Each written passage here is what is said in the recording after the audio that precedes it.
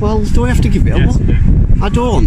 Why are you lying? I'm not lying. You are lying. Why, He's lying. He's lying to me, saying that I have to give him my details. What do you do if you're giving us your details? I don't understand why. Because he's just lied to me about it. I'm not lying to you at all. You've just lied to said I have to give you my details. I'm asking you. I don't. Right. Under what law do I have to give you my details? Well, what you do have to do. Can you keep your distance? You've got no mask on. Keep your distance. What I'm going to do to you? No. I'm going to take your phone. I'm going to go through your phone. Right. I'm just. Right. Can I just say I'm just doing a documentary. I'll explain. Right. I'm just doing a documentary on police abusing Section 43. Section 43. Yeah. Which is what? Terrorism Act. You're going to fall over. Right. Can you just tell me what you're doing? What Right. section you're doing, etc. Right. Because of the current threat situation with terrorism, all right. Terrorist. Right. Yeah. Well, this is what I'm doing a documentary on. Yeah. Right. You're here taking photographs of sites of interest, all right. Yeah. You refuse to give me your details, so I want to see what photographs you're taking, all right. And I've got the right to look at your phone. From the start, the officer lies. He tells Matt he has to hand over his details, hoping pressure and intimidation will work. But Matt knows his rights. When he asks for the law that requires it, the officer can't name one. The truth is clear.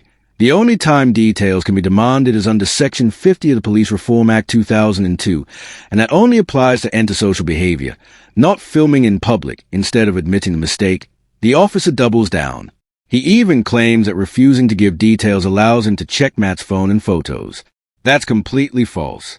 Police can only access a phone with a warrant or under very limited terrorism laws. There's no law that lets them snoop through private images just because someone won't identify themselves. Okay. I'm going to ask you now. If you detain me, you have under Section 43. Right. I'm telling you now, I'm going to look at your phone. Now, how we do it is entirely up to you. I don't start getting hands on me and putting you on the floor. What I am going to do, I'm going to start looking at your You're phone. going to put me on the floor? Yeah. There'd be a lawsuit against that, you know that, don't you? Because what you're doing now is unlawful. No, it's I've not. done nothing wrong. Right, I'm asking you now if I can have a look at Right, your phone. no, you'll have to detain me. Right. Say, do you want to tell us what you're doing? Am I just going to take your word for it? Do terrorists say I'm here to plant a bomb, or do they say I'm It's a taking bit pictures? extreme. No, it's not. If you're look doing like it, a terrorist. I don't know. What does a terrorist look like? Can you describe a terrorist to me? Common sense. No, you need some common sense, don't you? You're absolute wasting everybody's time, aren't you? I didn't find anything. What were you expecting to find? Items relating to terrorism. And you didn't find anything? No, I didn't. No. That's right. What's your call number? It's 3816. What's your name? I'm not telling you my name. You need to tell me your name. No, not under the Terrorism Act, I don't have to. Am I still being detained under the Terrorism Act? No, you're not. Right, therefore, I would like your name. Well, I'm telling you, you're not having it. I would like your name, please. I've told you not. Matt is direct. If the officer wants to see his phone, he'll need to detain him. Instead of realizing how ridiculous it sounds, the officer actually does it, using Section 43 of the Terrorism Act. Stopping a man filming in public with his dog under counter-terror laws isn't policing. It's desperation. When Matt asked if he looks like a terrorist, the officer replies with sarcasm, "What does a terrorist look like?" That's not a legal answer.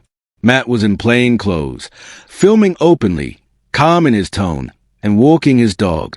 None of that meets a standard of reasonable suspicion for terrorism, and even when the search ends, the arrogance continues. Matt asks for the officer's name, and he refuses, hiding behind the Terrorism Act until pushed. But once detention was over, Code Seer Pace made it clear he was required to give his details. I'm not being detained under the Terrorism Act, therefore, I would like your name, please. My call number is 3816. Right, I have not been detained for terrorism. Can you explain to him? His name. He does. Provide you his collar number, which he's done. Doesn't need to provide his name. He as well does. as- What's your collar Back and number? forth over it, Matt, but you're not getting my name. You've got my contact details. You've got my collar number. You know where I It's work. your policy to give me your name. No, it's not. Yes, it is. My policy is to give you my Collar number and collar name. number. No, it's not. Yes, it is. Oh, Yes, sorry. it is. You're going to get retrained then, aren't you? That's fine with me, don't worry. You're going to get retrained on searching people unlawfully as well. What, Section 43 of the Terrorism Act? Yeah, because No, I'm not it's allowed to. abused. No, not Yeah, well, I not am when you've got no reason. Not I am. because I took a picture of the Porsche Panamera. No, you On went the to police film station. the police station, you film Cumbrian police station, you film Kendal police station, you go into large pharmaceutical sites of interest, all to get a reaction. That's Right, what you're is doing, that that's what how it you're is? spending your time. That's entirely up to you, how you decide to waste your time. I'm not wasting my time. I've now done my You're- job. You're the one that's wasting your time. Yeah, and you've done it incorrectly. I don't think I have. Oh, you have. Well, There's a law and you need to uphold it. You should leave your ego in the bedside drawer when you come out to work, mate. When Matt calls out the blatant misuse of Section 43, the officer tries to flip the script. He accuses Matt of deliberately turning up at police stations and sites of interest just to provoke a reaction. In other words, he admits he knows exactly what Matt is doing, auditing. That's not terrorism.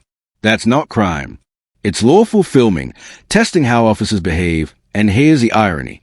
If the officer truly believed Matt was only there to get a reaction, then why give him one? Detaining him under counter-terror laws wasn't about safety, it was about ego. By his own words, he knew Matt's intentions and still chose to escalate with one of the most extreme stop powers available. That's not safeguarding. That's walking right into the trap. If you, look through my phone like you shouldn't have been doing. Did you see the pictures of my wife with her out? No. No? It makes me wonder why you wanted to search my phone when I've been doing what I'm doing. Section 43 of the Terrorism Act, I'm allowed to look through any digital media. If you've got reasonable grounds, mate, you haven't. Yeah, I have. You didn't? I have. Right, we'll see about that, won't we? I better tell you something, you won't do this again. You won't abuse Section 43 again. This will be the last time you do that. So that there's no one round here, is there? Is anyone? So I'd be likely to get into trouble if I swore. Yeah. Yeah. That'd be you'd be getting retrained about that if you did that. Because there's no one about. You point to me, the nearest person that could hear me swear right now. Show me the nearest member of public. It's really, really windy, so your voice could probably carry over to that fence, but I can't really see through the bush. Right, well there's no one actually behind the bush. There could be children there, so. Could be. Yeah, there could be. Right, what about if I whisper it to you? You'd whisper what to me? A swear word. Why would you want to do that? Just to prove to you that I can. What does that prove? Because you try to tell me that I can't do it, I'd get into trouble when there's no one around. It proves. Why would you want to come on? Proves that you're wrong. Well, you won't be coming that close to me anyway to whisper it in my ear. Well, your mate came that close to me without his mask on. Well, if you start walking towards me like I'm not that, going to start walking towards no, I know you. you're not. But if I did, go on. I won't let you do it. Alright. If you start walking to me for absolutely no reason whatsoever, I won't allow it. So. Alright. You're a real hero, you aren't you? What a tough guy. Not at all. Would you allow just someone randomly just to start walking up to you? If you was going to say something to me, yeah. Is that a crime? Did I say Is was? it? Right, well shut up then. No, you shut up. Or else what? Well, you're telling me to shut up. So, I pay your wages, that's the difference. I pay your benefits, so let's call it even. I haven't got benefits though, mate. We don't pay my wages. I probably make more in an hour than what you do in a week. Oh, yeah, I'm sure you do. Right, well, you're doing very well for yourself. I am, thank you very much. Yeah, don't tell me to shut up, by the way. The moment Matt starts pressing him with the law, the officer cracks. Instead of answering with professionalism, he resorts to childish comebacks, literally repeating Matt's word back at him like a playground retort. That's not policing. That's panic. But the real line-crossing moment comes when Matt makes a fair point. The public pays police wages. The officer snaps back with, "I pay your benefits." That wasn't a slip. It was a deliberate personal insult. And it was flat out wrong. Under the Police Act 1996, policing is funded by taxation, meaning the public, including Matt, pays his wages. Matt's point was true.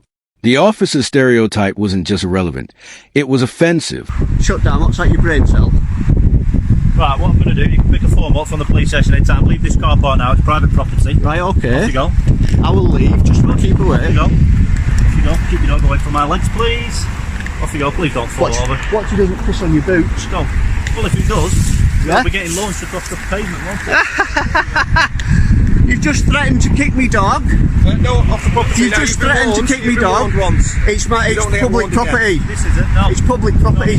It's public property, muppet, and we pay for it. You don't pay for it. Yes, I do. Pay for your van, pay for your equipment, pay your wages. I think you would need a job for that. Right, and we're going to find out why you've threatened to kick me dog. You kick him, no, you would charge me, you would fine me. You wouldn't kick him. You'd kick him, would you? Right, you're going to be held accountable for that. You are going to be held accountable. Thank you very much, young lady. You've been very nice. And see you later, PC Muppet. PC Mug. Say hello to all your You enjoy the rest of your day. I will do. You enjoy watching that video by yourself later. There'll be about 10,000 people watching it. With you by yourself. No, you guys can have a look and you can read the comments. See you later. Thank you very much, love. See you later, Muppet. The encounter ends with the officer at his lowest point. After Matt makes a harmless joke, the officer snaps, kicking him off the police car park by falsely claiming it private. That wasn't about security. It was payback. And then came the worst line of all. If Matt's dog peed on his boots, he'd launch it across the pavement. A serving officer, on duty, threatening violence against an animal in public. That's as disgraceful as it gets, but the signs were there all along. From the start, he lied, demanding Matt's details without legal grounds, bluffing that he could check his phone, and when that failed, misusing Section 43 of the Terrorism Act. Matt was calmly filming in public with his dog. Nothing about that met the threshold for terrorism. The officer's sarcastic "what does a terrorist look like" only showed how flimsy his excuse really was. Even procedure was ignored. He started the stop-and search record, then refused to hand it over, telling Matt to collect it later. That breaks Pay's Code A, which requires the paperwork at the time. It was a clear attempt to dodge accountability, and that's the truth. Every step, lies about powers, abuse of Section 43, refusal of paperwork, childish taunts, personal insults, and finally the vile threat toward Matt's dog, showed an officer totally unfit for the authority he carries. This wasn't policing. It was ego and anger in uniform. In the end, Matt didn't need to expose him. He exposed himself, and in doing so, embarrassed the very force he represents. That's it for today's video. If you found this breakdown helpful, make sure to like, comment, and subscribe. It really supports the channel. Also, check out Matt. His channel is linked in the description. Thanks for watching. This was Rate the Audit, and I'll see you in the next one.